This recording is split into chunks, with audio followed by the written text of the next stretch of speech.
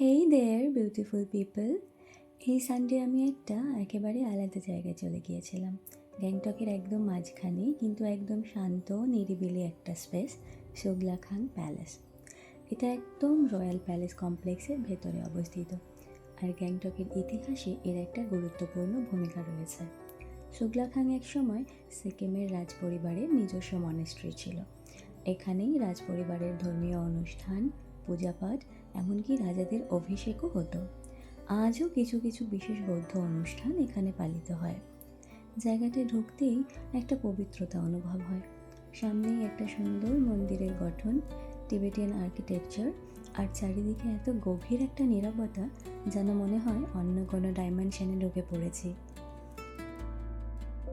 আমি অনেকটা সময় নিয়ে চারপাশটা ঘুরে দেখলাম আর এর হিস্টোরিক্যাল সময়টা অনুভব করার চেষ্টা করছিলাম। ভীষণ সুন্দর একটা বিকেল কাটলো। যারা গ্যাংটকে আসবে, please try to take out a little time to come here. Tsuklakhang is not just a place, it's a feeling itself. Thanks for watching. Stay peaceful, stay curious.